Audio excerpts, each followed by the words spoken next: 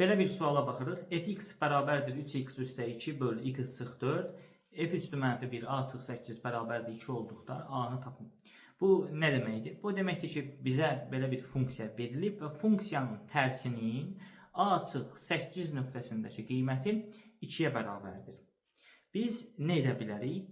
F üstü mənfi 1 a çıx 8 bərabərdir 2-dir. Bu bərabərliyin sol və sağ tərəfinə f ilə təsir edək və ya başqa sözlə sol və sağ tərəfə f ataq, yəni onu f-də hesablayaq. Bilirik ki, funksiyanın tərsinə təsiri arqumenti qaytarır.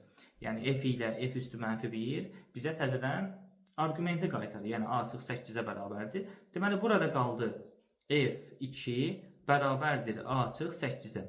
Yəni funksiyanın tərsi a çıx 8-də 2 qiymətini alırdısa, onda funksiya özü 2-də a çıx 8 qiymətini alacaq. O zaman bu funksiyanı götürək 2 nöqtəsində hesablayaq. 3 vurulsun 2 üstə gəl 2 böl 2 çıx 4 bərabərdir a çıx 8. Yəni a çıx 8 nəyə bərabərdir? Yuxarıda 6 üstə 2 8, aşağıda 2 çıx 4 mənfi 2, yəni a çıx 8 mənfi 4-dür. Deməli, a olur müsbət 4.